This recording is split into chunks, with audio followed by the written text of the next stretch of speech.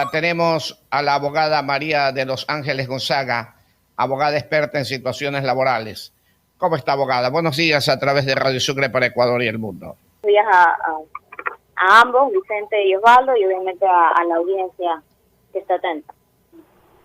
Muchas gracias, abogada. Mire, la llamábamos. Se aprobó ya la ley el día viernes, la ley humanitaria, donde hay varios cambios laborales, donde hay muchos sindicatos de trabajadores que no están de acuerdo. ¿Nos podría usted explicar cuál es la diferencia entre la ley que viene o aprobó la Asamblea y la que hoy por hoy nos rige laboralmente? Claro, por supuesto. Voy a dividir estos cambios o temas de acuerdo con ciertas materias no específicas. Por ejemplo, voy a iniciar con el tema de la seguridad social, que obviamente está vinculado al ámbito laboral. Una de las cuestiones que sí me parece muy positiva es que en el caso de terminación del contrato de trabajo o en caso de mora para el caso de los afiliados voluntarios o el empleador que por el ejercicio económico se afilia al IES, van a tener una prestación de seguro de salud adicional a la que ya se prevé actualmente en la ley. ¿Qué ocurre? Termina el contrato de trabajo y uno tiene 60 días a partir de esa terminación en que continúa protegido por el seguro de salud. ¿Ok? Pero ahora se plantea 60 días adicionales. Es decir, va a estar protegido el ex trabajador durante 120 días desde el cese de la relación laboral. Y el afiliado voluntario, que se vio mermado en sus ingresos también, va a tener igualmente acceso a esas prestaciones de salud durante 60 días, obviamente contados del estado de excepción en este caso. Abogada, de ahí, esto solamente por los 2 años que va a durar la ley emergente. Claro, es durante el estado de excepción o la emergencia sanitaria, cuando esos contratos hayan terminado dentro de ese tiempo. Ya, y después de los 2 años volvemos a la ley actual. Claro, esto es un régimen temporal, no se va a mantener ya en las circunstancias normales de las relaciones de trabajo y de las afiliaciones al IES. Esta es la diferencia. Ya, por ejemplo, ok, está bien. En uno de los casos sobre lo que comentábamos, los desahucios, ¿va a ser temporal también? ¿Toda la ley es temporal? Licenciado, permítame. La abogada está hablando de los beneficios en la cobertura de salud a los afiliados al Instituto Mexicano de Seguridad Social, que así ellos es. Van a poder tener la atención en salud inclusive hasta 60 días después de que hayan quedado y no hayan aportado al Seguro Social, pero en el caso específico del estado de excepción por la emergencia sanitaria del COVID-19.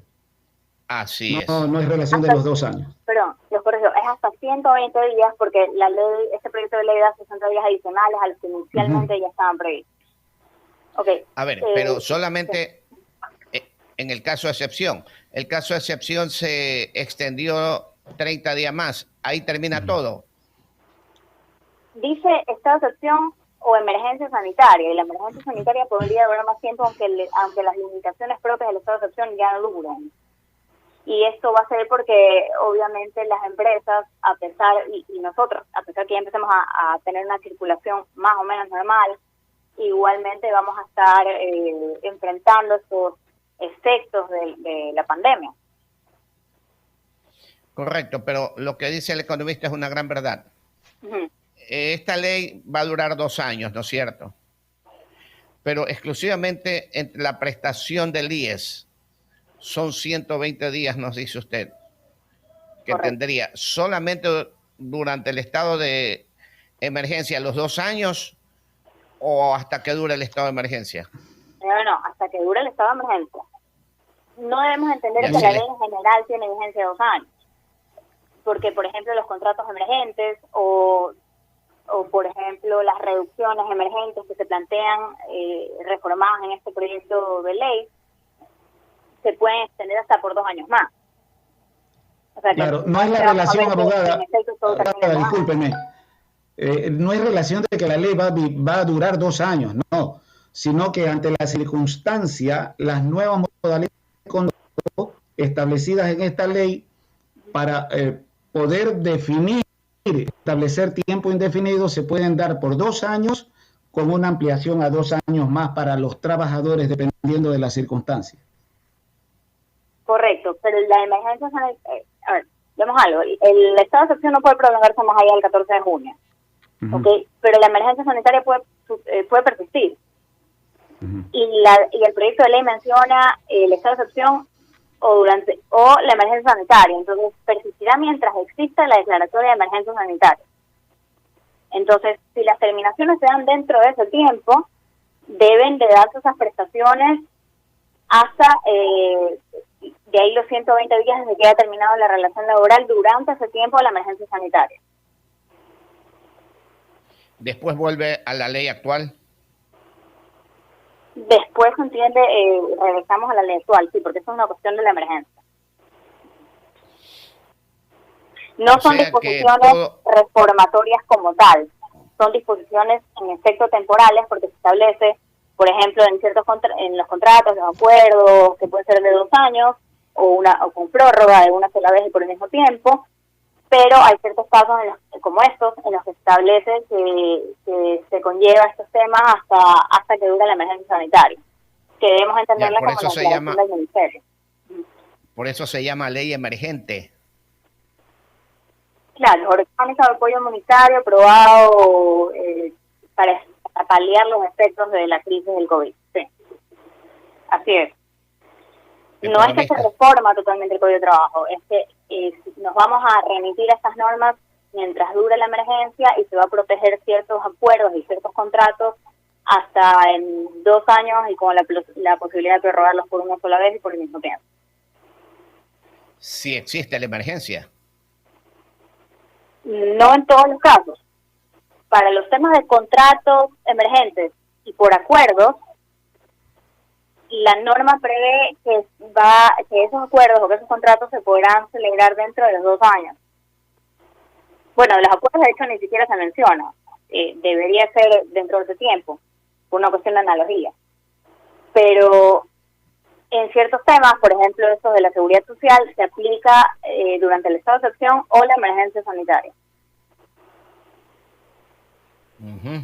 13 minutos para las 9 de la mañana, 13 para las 9.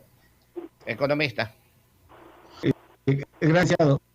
Abogado, ese es el tema de cobertura del Instituto Ecuatoriano de Seguridad Social que usted destacaba como uno de los beneficios de esta ley de apoyo humanitario, la extensión de cobertura en función de la emergencia sanitaria, del estado de excepción, que se amplía, se hacen los pagos al Seguro Social por aproximadamente 120 días más. Ahora, en el tema laboral, sobre las medidas para apoyar la sostenibilidad del empleo, lo que se habla es acuerdos de preservación de fuentes de trabajo. ¿Cómo funciona esto? ¿Qué es lo que establece la ley para tratar de sostener esas fuentes de trabajo con los acuerdos entre empleadores y empleados? Lo primero que tenemos que observar es que, de acuerdo a nuestras normas constitucionales y de acuerdo al Código de Trabajo actual, los derechos, y bueno, del Tratado de Derechos Humanos, los derechos de los trabajadores son irrenunciables. Y de hecho son progresivos, no pueden ser regresivos. Ahora, hay que ver qué derechos protegemos también cuando hemos visto que han incrementado los despidos, las aplicaciones de terminaciones de contrato de trabajo de distintas formas. ¿Qué prevé el proyecto de ley? Que se va a permitir acuerdos que modifiquen las condiciones económicas del contrato laboral que existe entre las partes. Ya, y eso ya implica que ya vamos a revisar el tema de las limitaciones, pero implica que podría haber en algunos casos una regresión, porque obviamente si voy a modificar o a reducir mi salario, me voy a ver mermado mis ingresos y cambiado mi situación laboral, pero para mal.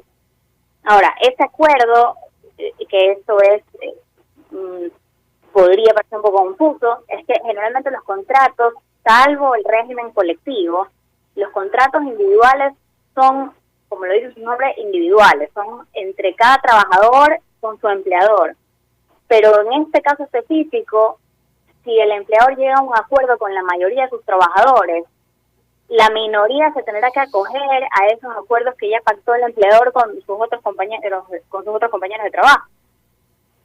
¿Ya? Ahora, a mí me sorprende que se pacta, inicialmente el presidente, cuando vio el proyecto, señaló que habría una prohibición de despido. Pero entiendo que por la libertad de contratación, lo que ha incorporado y aprobado la Asamblea es que obviamente no se puede prohibir el despido durante la vigencia de esos acuerdos entre trabajadores y empleadores, y se prevé una indemnización, eso sí, pero me sorprende que solo por el primer año de la vigencia de la ley. O sea, esa indemnización, si ocurre dentro de ese primer año, se va a tomar en cuenta el sueldo anterior. Pero si el acuerdo, digamos que pactamos que dure 2 años, yo no veo por qué el trabajador, en caso de despido, no pueda cobrar sus indemnizaciones, sus bonificaciones y más beneficios de ley de acuerdo con el sueldo que inicialmente tenía. Porque no se da entonces la buena fe contractual de que el empleador mantenga su acuerdo para sostener el empleo, que es precisamente para eso que se lo permite. ¿Ya? Para que haya ese acuerdo, se dice que hay que presentar la información financiera a los trabajadores para que se tome una decisión responsable, pero habría que ver qué tantas notas a esos estados financieros y explicaciones se dan para que en efecto esa información sea clara y entonces la decisión sí sea informada. Ahora, hay unas medidas que que dispuso la Asamblea durante el tiempo que duran esos acuerdos, y es que el empleador no va a poder ni distribuir los dividendos mientras duren esos acuerdos, ni va a poder disminuir su capital social. Además, se prevé que tienen que hacer los empleadores un uso eficiente y transparente de los recursos. Y si se incurre en un uso doloso, digamos en un desvío de los fondos para tratar de beneficiar a los accionistas o administradores y consecuentemente se perjudique a los trabajadores, eso se va a considerar como quiebra fraudulenta, que es un delito y que por lo tanto tiene prisión contra los administradores que hayan estado en conocimiento o hayan aprobado o interactuado en estos temas dolosos. Ahora, esas son las abogada Gonzaga, sí. Todo esto es temporal. Correcto. ¿Qué me preocupa en esta parte? La ley, como yo les mencionaba, por ejemplo, para el contrato emergente, establece un plazo de 2 años que puede prorrogarse por el mismo tiempo y por una sola vez. En los casos que yo les mencionaba, por ejemplo, el Seguro Social dice que es durante el tiempo que dura la emergencia la emergencia sanitaria o el estado de excepción, que la emergencia sanitaria podría durar más. Pero en el caso de los acuerdos entre las partes no se menciona nada. Entonces, aquí me genera una duda, y el problema para los empleadores es que en caso de dudas está a favor del trabajador. Yo entendería que esto no debería durar más de esa emergencia sanitaria. Sin embargo, ahí digamos que hay una laguna, se le conoce a estos vacíos de la legislación, que debieron haber estado previstos por la materia de la que se trata, y podría establecerse más adelante que se trata realmente de los 2 años, tomando en cuenta que los contratos emergentes, que son convenios entre partes también, se mantiene por ese tiempo. No se establece el tema de la prórroga tampoco. Entonces, sí me preocupa esa parte porque genera duda, y yo que generalmente asesoro empresas, sí les diría que traten de no hacerlo más allá de la emergencia sanitaria, salvo acuerdos, por ejemplo, de reducción, para llegar a considerar unas reducciones más amplias de las que inicialmente se acogiera el empleador. Okay. Aquí hay unos temas, abogada Gonzaga, que sí, vale la pena precisar. Una relación es el acuerdo y otra el contrato especial emergente. Porque, por ejemplo, el acuerdo entre el empleado y el empleador para una reducción de jornada laboral y la rebaja salarial establece en uno de sus puntos, por ejemplo, de producirse el despido del trabajador dentro del primer año de vigencia de esta ley, las indemnizaciones correspondientes se calcularán con la última remuneración percibida por el trabajador antes del acuerdo. Es decir, lo que existe en estos momentos es lo que vale en el supuesto de que, existiendo un acuerdo entre empleado y empleador, a lo largo de ese primer año de ese nuevo acuerdo se establezca un despido del empleado. ¿Es correcto o estamos equivocados? Es correcto. Y tomemos en cuenta que en este caso de los acuerdos, eso solo aplica a los acuerdos, no a los contratos emergentes. En ese caso los acuerdos, también me llama la atención que no se establezca una indemnización especial, además de la general que ya existe. Porque tomemos en cuenta que esto se permite solo para mantener las plazas de trabajo y se debe entender que los empleadores van a ejecutarlo de buena fe, o sea, por necesidad, y que no van a terminar estos contratos durante estos tiempos. Abogada, que de producirse ¿cuál es la diferencia ese despido entre desahucio ¿cuál es la diferencia entre desahucio y otra palabra es indemnización? Las bonificaciones por desahucio, el desahucio como tal, la figura es la notificación que hace un trabajador por escrito, ya sea en documento físico o por correo electrónico, en el que pone a conocimiento de su empleador que su voluntad es la de terminar el contrato. Ya, ese desahucio genera un derecho a recibir un 25% de la última remuneración que haya percibido el trabajador por cada año de trabajo cumplido. La diferencia con las indemnizaciones es que las indemnizaciones se generan cuando hay un cumplimiento de contrato.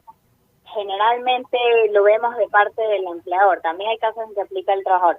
Pero en estos casos se lo ve en cuanto al acuerdo como tal, más allá de las multas que pueda haber en caso de incumplimiento también del trabajador, que eso sí me preocupa.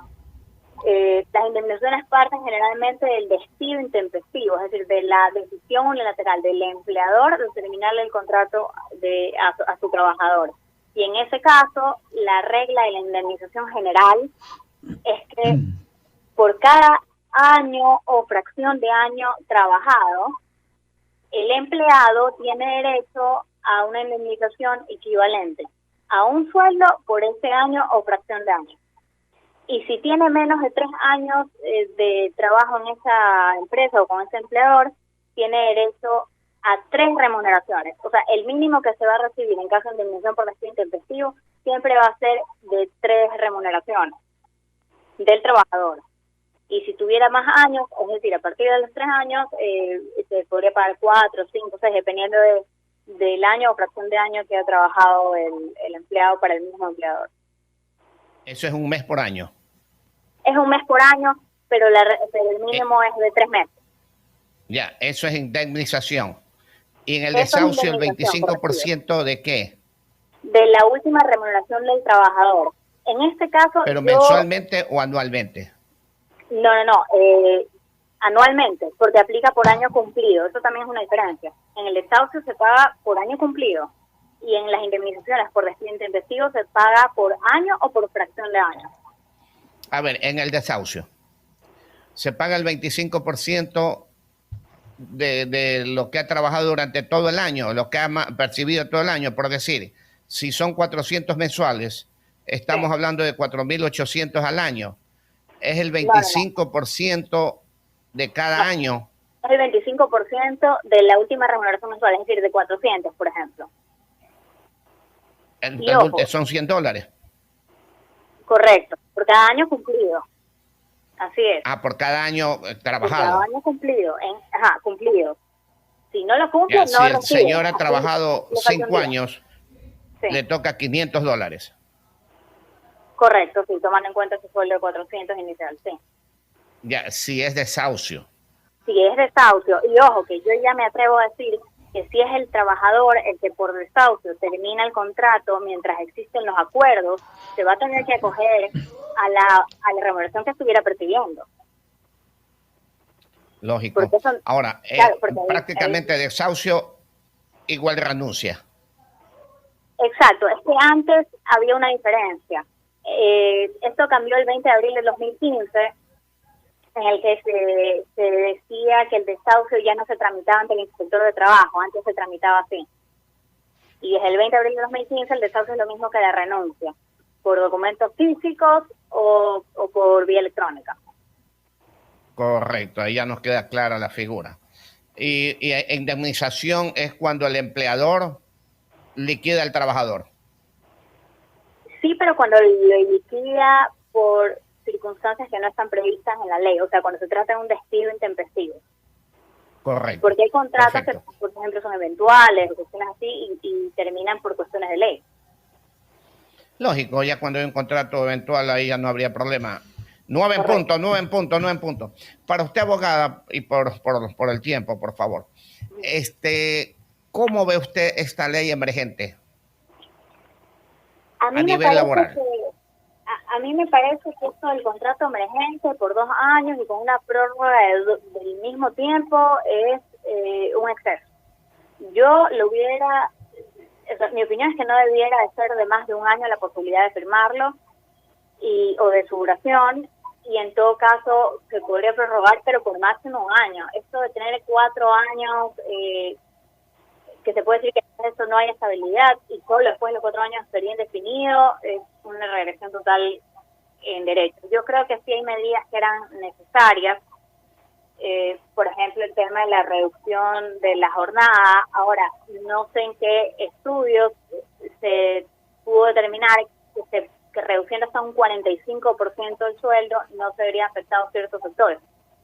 Afectados gravemente, me refiero, porque también es justo que igual trabajo, igual remuneración. Entonces el empleador, si no recibe la contraprestación, es decir, el servicio, también se ve afectado. Entonces la idea es que sean tratos justos y equitativos. Ahora, a mí también me preocupa y muchísimo es que la terminación de ese contrato emergente, que podría llegar a durar, incluida la prórroga, esos 4 años, si un empleador despide, porque sí, un despido intempestivo a su trabajador, no le paga indemnización. Y eso no es posible, porque inclusive después del año. No, ahí no le pagan indemnizaciones nunca. Ahí no dicen ni si lo terminan 1 mes, en 2 meses, en 1 año y medio, no. Ahí no hay indemnización. Y eso es gravísimo, sobre todo porque estamos ampliando tanto tiempo la posibilidad de mantener esos contratos. A mí me parece, yo no sé si usted recuerda que inclusive antes del 20 de abril del 2015, que yo mencionaba eso por el desahucio, existía el contrato a plazo fijo, que se eliminó. Claro. Y ese contrato a plazo fijo podía durar máximo 2 años, y ahí se convirtió en indefinido. ¿Ok? Pero obviamente, si el empleador terminaba este contrato antes de ese tiempo, de los 2 años, digamos que lo hubiera pasado, tenía el trabajador un derecho, además, tenía el derecho a escoger entre 2 situaciones, pero siempre con indemnización. O el pago de todos los sueldos que faltaban hasta cumplirse el plazo, que se había pactado, creo que disminuido en un 25 o 50%. Y luego, como segunda opción, tenía la de acogerse a esa indemnización general, que es la de de un sueldo por año de fracción, mínimo con 3 remuneraciones, ¿no? Porque así tenga menos tiempo de 3 años. Entonces, ¿cómo es posible que en estos contratos emergentes, que se puede extender hasta 4 años, no se prevean indemnizaciones? A mí me parece gravísimo y me parece un sinsentido, porque el contrato, que es bilateral, en este caso, debe ser justo y se entiende que debe cumplirse el principio de la buena fe contractual. Esto es, que las partes hagan todos los esfuerzos necesarios para cumplir con sus obligaciones. Entonces, si se pacta un plazo, debe de cumplir. Y si no se cumple, se paga una indemnización. Por último, una indemnización más baja que la general, pero algún tipo de indemnización al trabajador. Que las indemnizaciones deben de existir. Yo creo que las indemnizaciones deben de existir, pero no con montos tan elevados. Debería llegar, y depende también de la empresa.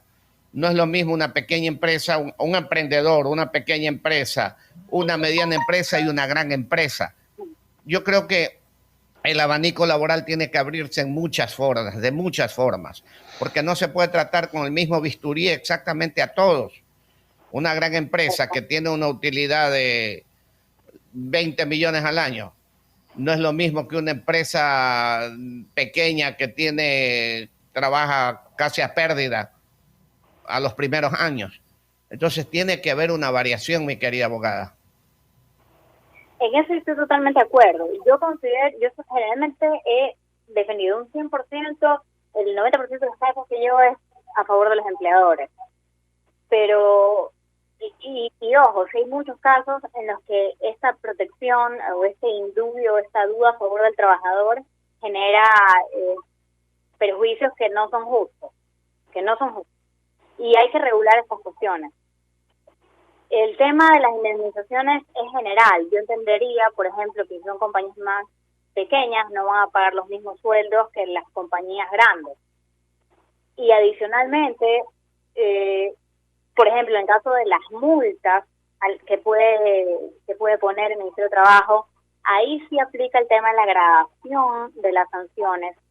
Entre los criterios para graduar esas sanciones está, por ejemplo, el tamaño de la empresa, la cantidad de los empleadores, la gravedad de la infracción. Es decir, para las multas, que son las sanciones en temas administrativos, sí se prevé esta diferencia, que obviamente igual queda a discreción del Ministerio de Trabajo, que en caso de incumplimiento de estos acuerdos puede sancionar con una multa desde 3 salarios básicos hasta una de 20 salarios básicos unificados.